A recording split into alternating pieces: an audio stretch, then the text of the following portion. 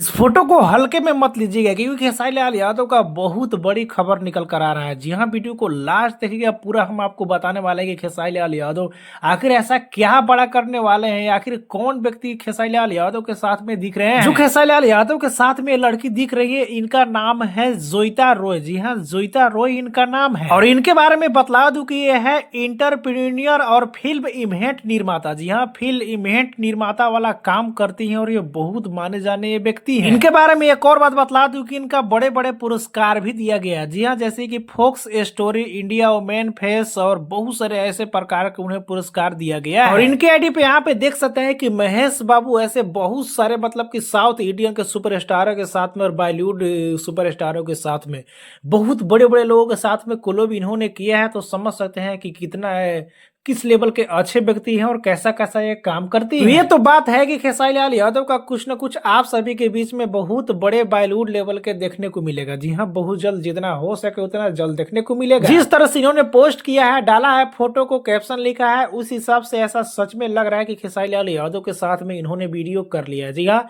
जो भी खेसारी लाल यादव के साथ में प्रोजेक्ट करना था और पूरी तरह से कंप्लीट हो चुका है। बाकी देखना ये है कि खेसारी लाल यादव के साथ में जो इन्होंने किया है कितना जल्द आएगा। जी हाँ, कितना जल्द आएगा ये देखने के बाद पता चलेगा।